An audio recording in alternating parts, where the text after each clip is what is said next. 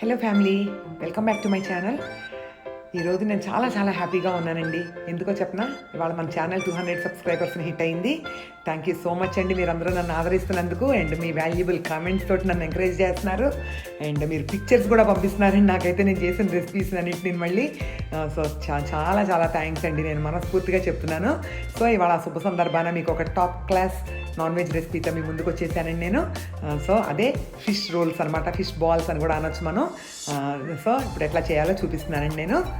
ఒక ప్యాన్ తీసుకుని దాంట్లో 1 టేబుల్ స్పూన్ ఆయిల్ యాడ్ చేసుకోండి. ఎక్కువ ఆయిల్ వద్దండి. ఫిష్ మాత్రం మీరు మంచి ముదురు ఫిష్ని మీరు స్టోర్లోనే బోన్లెస్ ఫిష్గా మీరు తెచ్చుకుంటే 10 మినిట్స్ రెసిపీ అండి ఇది. మీరు కనుక అట్లా చేయించుకోలేదు, మేము ఇంట్లో చేసుకోగలుగుతాం అని అంటే గంట రెసిపీ అవుతుంది అనమాట అది.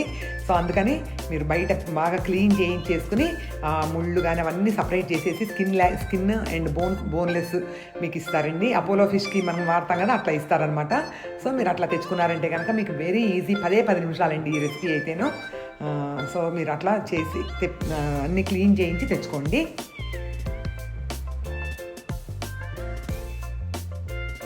అప్పుడు ఆ ప్యాన్కి ఈ ఫిష్ ముక్కలన్నీ యాడ్ చేశానండి నేను. ప్యాన్లో పెట్టి మూత పెట్టేశాను. ఈ ఫిష్ స్టీమింగ్ అనేది మనకి మీరు మామూలుగా స్టీమర్లో పెట్టి కూడా స్టీమ్ చేసుకోవచ్చు కావాలంటే, మీ దగ్గర స్టీమర్ ఉందంటే కనుక. సో ఒక 5 మినిట్స్ ఒక సైడ్ అండి, ఒక 5 మినిట్స్ ఒక సైడ్, 10 మినిట్స్ అండి మ్యాక్సిమం. 10 మినిట్స్లో బాగా సాఫ్ట్గా కుక్ అయిపోతుందండి ఫిష్. అసలు అంతసేపు కూడా అక్కర్లేదు, నేను మీకు మ్యాక్సిమం టైం చెప్తున్నా. ఎందుకంటే మీరు ఫిష్ ఎంత ముక్కలు కట్ చేయిస్తారో నాకు తెలియదు కదా. ఇందులో మీరు ఫిష్ హెడ్ కానీ అలాంటివి ఏవి వేయద్దండి. మంచి మిడిల్ పార్ట్లో పీసెస్ తీసుకున్నారంటే కనుక మీకు మంచి ఫ్రెష్ దొరుకుతుంది. ఆ ఫ్రెష్ తోటి చాలా బాగుంటుందండి ఈ ఫిష్.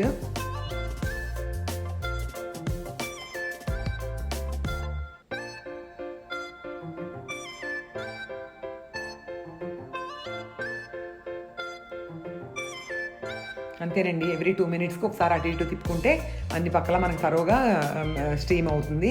ఇదేమి ఫ్రై అవ్వక్కర్లా, రోస్ట్ అవ్వక్కర్లా ఏమీ లేదండి. జస్ట్ ఫిష్ సాఫ్ట్ అవ్వటం కోసం నేను ఈ ప్రాసెస్ చేస్తున్నానండి.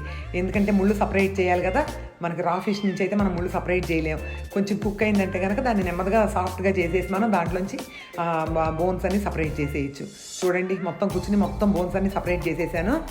చాలా జాగ్రత్తగా చెక్ చేయండి మీరు ప్రతి బోన్ని, ఎందుకంటే పిల్లలు పెద్దవారు తింటారు కాబట్టి గొంతులో మనకి గుచ్చుకునే ఛాన్స్ ఉంటుంది. పచ్చిమిరపకాయలు, ఉల్లిపాయలు నండి, ఒక 3 ఉల్లిపాయలు తీసుకున్నా నేను 1/2 కిలో ఫిష్కి గాను. పచ్చిమిరపకాయలు మీకు కావాల్సినంతగా తీసుకోండి. ఉప్పు, గరం మసాలా, మీరు చికెన్ మసాలా వేసుకున్నా పర్లేదండి, ఏ మసాలా వేసుకున్నా పర్లేదండి, బిర్యానీ మసాలా వేసుకున్నా పర్లా, ధనియాల పౌడరు అండ్ సాల్ట్, అల్లం వెల్లుల్లిపాయ పేస్ట్, ఒక బాయిల్డ్ పొటాటో, కొత్తిమీర and egg white, bread crumbs. ఇంతేనండి. నేను కింద మీకు డిస్క్రిప్షన్ బాక్స్లో మొత్తం కావాల్సిన ఇంగ్రీడియంట్స్ నేను లిస్ట్ అవుట్ చేస్తాను, మీరు ఒకసారి చూసుకుంటా చేయండి అక్కడ. ఇది 1/2 కేజీ ఫిష్ అనమాట. ఇప్పుడు అన్నీ మొత్తం ఆ ఫిష్లోకి యాడ్, సాల్ట్ అండి, ఉల్లిపాయ, పచ్చిమిరపకాయ,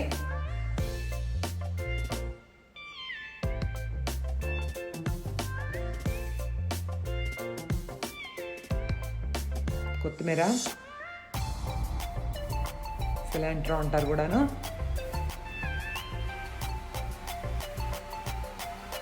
గరం మసాలా పౌడరు. నేను వాళ్ళ బిర్యానీ మసాలా పౌడర్ తీసుకున్నానండి, జస్ట్ కొంచెం అండి, ఒక పించి చిన్న టీ స్పూన్. అల్లం వెల్లుల్లిపాయ పేస్ట్ 1.5 టీ స్పూన్ తీసుకున్నానండి. ధనియాల పౌడరు ఒక 2 టీ స్పూన్లు తీసుకున్నాను. టీ స్పూన్లు అండి, టేబుల్ స్పూన్స్ కాదండి. అండ్ ఒక్క మంచి మీడియం సైజ్ బంగాళదుంప పెట్టుకున్నానండి. అంతే, మ్యాష్ చేసేసాను. అన్నీ ఫిష్లోకి వేసేసుకుని అంతే తరోగా కలిపేసుకోవటమే. అక్కడ నేను క్యాష్యూ ఎందుకు పెట్టానంటే, ఒకవేళ మీకు ఇంకా టేస్టీగా కావాలి, ఏదైనా ఇంకా రిచ్గా ఉండాలని అంటే కనుక ఆ క్యాష్యూని కూడా పొడి చేసి మీరు కలుపుకున్నా కూడా బాగుంటుందండి ఇంకాను. అందుకని పక్కన పెట్టా, నేనైతే ఇవాళ యాడ్ చేయలేదు. అంతేనండి, ఏమీ లేదు. మొత్తం అన్నీ చక్కగా కలిపేసుకోండి ఇట్లాగా. ఉప్పు చూసుకోండి ఒకసారి. కారం కూడా పచ్చిమిరపకాయల కారమే కాబట్టి మీరు కావాల్సినంత వేసుకోండి, పచ్చిమిరపకాయలు అవిను.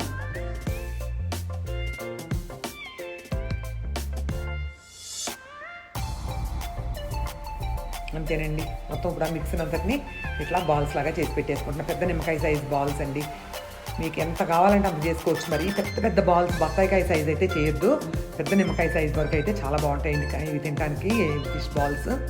ఎందుకంటే మనం ఎక్కువ పెద్ద సైజు చేసే కొద్దీ ఆయిల్ కూడా ఎక్కువ పోయాల్సి వస్తుందన్నమాట. లైక్ చూడండి, ఇప్పుడు ఎగ్ వైట్లో ముంచుతున్నాను ఈ బాల్స్ అన్నిటి. నేను ఎగ్ వైట్ని బాగా బీట్ చేసి పెట్టుకోండి. తర్వాత బ్రెడ్ క్రమ్స్లో వేసి రోల్ చేయటమేనండి.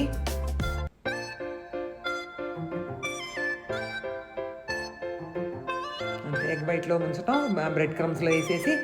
ఈ బ్రెడ్ క్రమ్స్ ఎలా తయారు చేశారంటే రస్కులు దొరుకుతాయండి మనకి మన ఎనీ స్టోర్స్లోనూ. మనం టీలో తింటాం చూడండి అలాంటి రస్కులు, అవి తెచ్చుకుని అవన్నీ చేతితో నలిపేసేయండి ముక్క చెక్క కింద. మిక్సీ కప్లో వేసి ఒక్కసారి విప్పర్ బటన్లో పెట్టి 1-2 సార్లు మీరు జస్ట్ పౌడర్ చేయొద్దండి. పౌడర్ అయిందంటే బాగోదు, అది క్రమ్స్ లాగా రావాలండి. బాగా మన బరకగా నూకలాగా రావాలన్నమాట. అట్లా వస్తే చాలా బాగుంటుందన్నమాట. అట్లా అది బ్రెడ్ క్రమ్స్ అంటేనండి. మీకు అర్థమవుతుందని చెప్పి నేను ఇంకా ఎక్స్ప్లెయిన్ చేస్తున్నాను. చూడండి, టాపింగ్ అయిన తర్వాత మీకు ఎంత పెద్ద సైజు వస్తున్నాయో చూడండి. మీరు పెద్దవి చేశారంటే ఇంకా పెద్దవి అయిపోతాయి అన్నమాట. సో అందుకని మీరు పెద్ద నిమ్మకాయ సైజు చేసుకుంటే సరిపోతుందండి.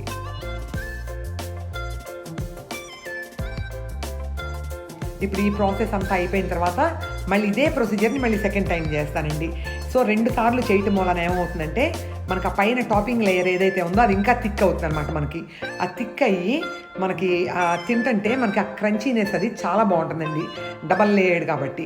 తర్వాత మనకి ఇంకొకటి ఏంటంటే సింగిల్ లేయర్ ఉన్నప్పుడు ఎప్పుడన్నా మీరు అది సరిగ్గా టాపింగ్ చేయకపోతే మనకి పూర్ణాలు ఎలా పగిలిపోతాయి, అలా పగిలి కొంచెం ఆ ఫిష్ బయటకు వచ్చే ఛాన్స్ ఉంటుందన్నమాట. అందుకని డబల్ లేయర్ వేస్తే కనుక మీరు ఎట్టి పరిస్థితుల్లో అది బ్రేక్ అయ్యే ఛాన్సే ఉండదండి అసలు. చాలా బాగుంటాయండి. పైన టాపింగ్ కూడా తింటుంటే చాలా బాగుంటుందండి, కొంచెం క్రంచీగా తగులుతాను, లేదంటే వెరీ థిన్గా ఉంటుందన్నమాట. అంతేనండి ప్రాసెస్. మీకు ఇంతవరకు చేయడానికి మీకు హార్డ్లీ మీకు ఒక 10 నిమిషాలు పడుతుందండి, ఒక పావు గంట మహా అయితేను. మీకు ఎవరైనా గెస్ట్లు వస్తున్నారు ఇంట్లో, మీకు ఏదైనా పార్టీ ఉందని అన్నప్పుడు ఇలాంటి రోల్స్ మీకు ఒక 50 కావాలా 100 కావాలా మీరు చేసేసి ఒకదాని మీద ఒకటి పెట్టకుండా చక్కగా అన్నీ ఒక కంటైనర్లో పెట్టేసి పైన ఫాయిల్ వేసేసి మీరు ఫ్రిడ్జ్లో కానీ ఫ్రీజర్లో కానీ పెట్టేసుకోండి. తర్వాత మీరు అది వేయించే ముందే ఒక 2-3 గంటల ముందు బయట తీసి పెట్టుకుని రూమ్ టెంపరేచర్కి వచ్చినాక మీరు పార్టీ ముందు టైంలో వేయించి పెట్టేసేయచ్చండి. వేడివేడిగా తింటేనే చాలా బాగుంటాయండి ఇవి. చూడండి, ఇప్పుడు ఆయిల్ యాడ్ చేస్తున్నా నేను.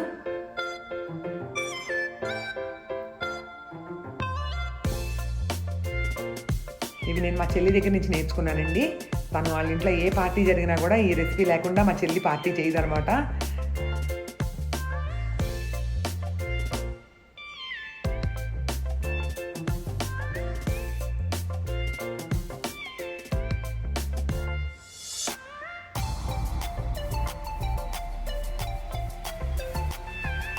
టూ మచ్ క్రౌడెడ్గా వేసేసుకోవద్దండి, కొంచెం స్పేషియస్గా ఉండేటట్టు చూసుకొని వేసుకోండి. తిప్పడానికి అటు ఇటు మనకి కొంచెం వీలు దొరుకుతుంది.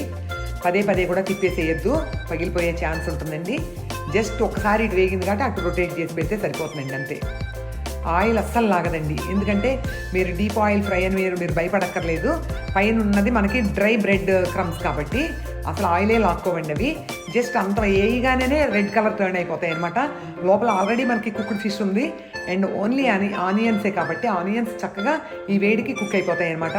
లోపలేమో సాఫ్ట్గా, పైన ఏమో మంచి క్రంచీగా, చాలా బాగుంటుందండి. అస్సలు ఆయిల్ లాగవండి. మీరు ఇంకొక ఇది కూడా చేయొచ్చు, ఎవరైనా హెల్త్ డైట్ ప్రోగ్రామ్స్లో ఉన్న వాళ్ళైతే కనుక ఎయిర్ ఫ్రైయర్ ఉందంటే కనుక ఎయిర్ ఫ్రైయర్లో కూడా పెట్టుకోవచ్చండి. జస్ట్ బ్రష్ తోటి ఆయిల్ గ్రీజ్ చేసేసి ఎయిర్ ఫ్రైయర్లో కూడా పెట్టుకోవచ్చండి, చాలా బాగుంటాయండి ఎయిర్ ఫ్రైయర్లో పెట్టుకుంటే. నేను ఎయిర్ ఫ్రైయర్ ఉందంటే కనుక మీకు చాలా మంచి రెసిపీస్ చూపిస్తానండి. తొందరలో నేను కొనుక్కుంటున్నాను, మంచి రెసిపీస్ చూపిస్తాను మీకు నేను.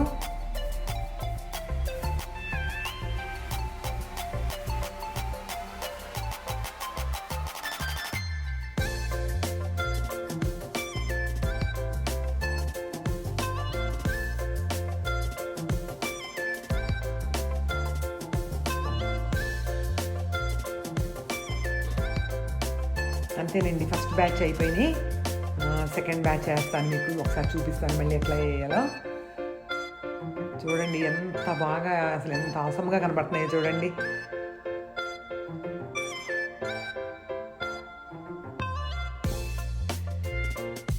ఇప్పుడు ఇది సెకండ్ బ్యాచ్ అండి. ఇవి సింగిల్ లేయర్ టాపింగ్లో ఉన్నాయి, అయినా సరే బ్రేక్ అవ్వలేదు, చాలా బాగానే వచ్చినాయి కూడాను.